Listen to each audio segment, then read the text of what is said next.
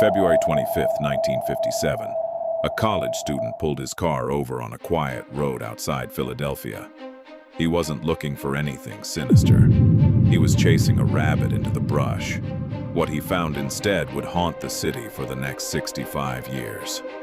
A small cardboard box. Inside it, a child. No name. No record of who he was. No one had ever reported him missing. For over 6 decades, he would be known only as the boy in the box. The scene was in the Fox Chase neighborhood of Philadelphia. Officially, this wasn't even the first person to find him. Days earlier, a man checking his rabbit traps in the same wooded area had come across the box. He saw what was inside, and he walked away. He was afraid that if he called the police, they'd confiscate his traps, so he said nothing. It took a second person, days later, to actually report it. Inside the box, which had once held a J.C. Penney bassinet, was the body of a young boy, wrapped in a plaid blanket. He was naked, severely malnourished. His hair had been cut short, possibly after he died. Clumps of it were still clinging to his body. And there was something else investigators couldn't explain.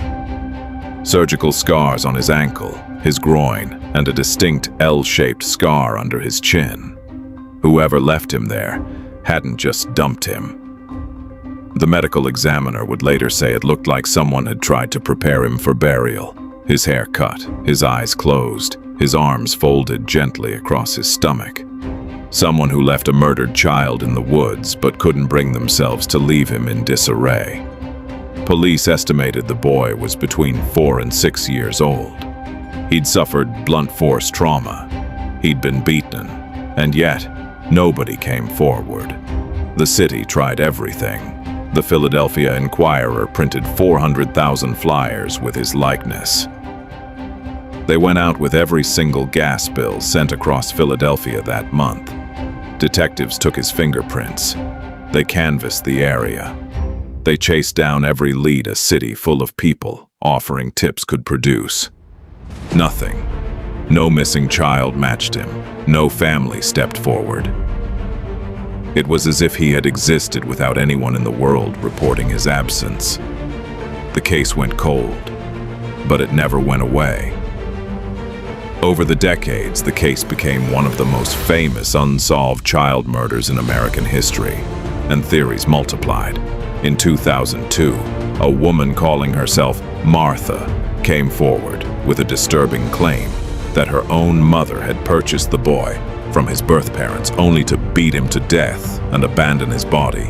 Police took it seriously enough to investigate, but her account had inconsistencies, and former neighbors flatly denied a boy had ever lived in that house. The story went nowhere. A forensic artist who worked on the case for years developed another theory entirely, that the boy might have been raised as a girl, based on his haphazard, hastily done haircut and his shaped eyebrows. Every theory added a piece. None of them gave investigators a name. In 1998, police exhumed the boy's body for the first time, hoping new DNA technology could finally identify him. They extracted a sample from one of his teeth. It wasn't enough, not yet. For the case to move forward, technology had to catch up to it. In 2019, more than 2 decades after the first exhumation, Philadelphia police dug up the boy's grave a second time.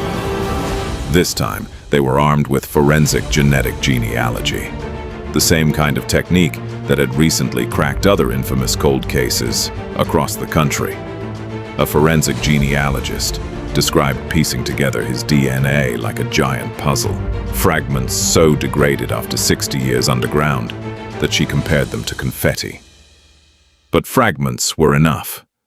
Investigators traced a genetic connection to a distant relative, a second cousin, once removed, who had uploaded their own DNA to a public ancestry database years earlier, with no idea it would one day help identify a murdered child. That single thread led detectives to a court order, and the court order led them to birth records, and the birth records led them to a name. On November 30th, 2022, the Philadelphia Police Department announced they finally knew who he was.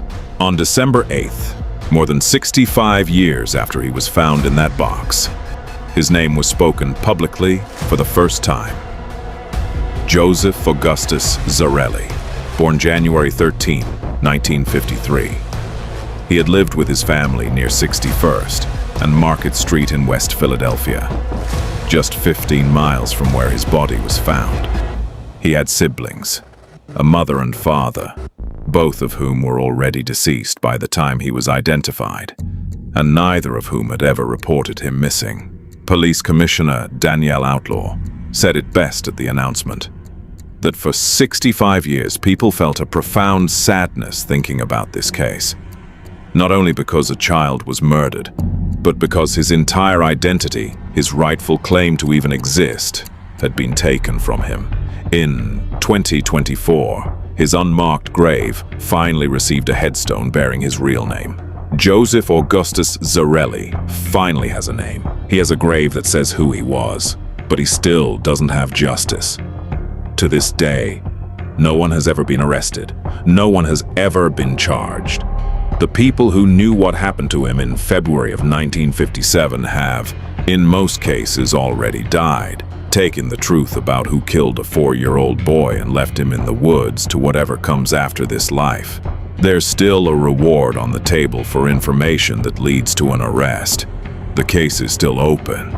If you want to keep digging into the cases the world tried to forget, subscribe to the Unsolved Files. There are more out there, and some of them are still waiting to be solved.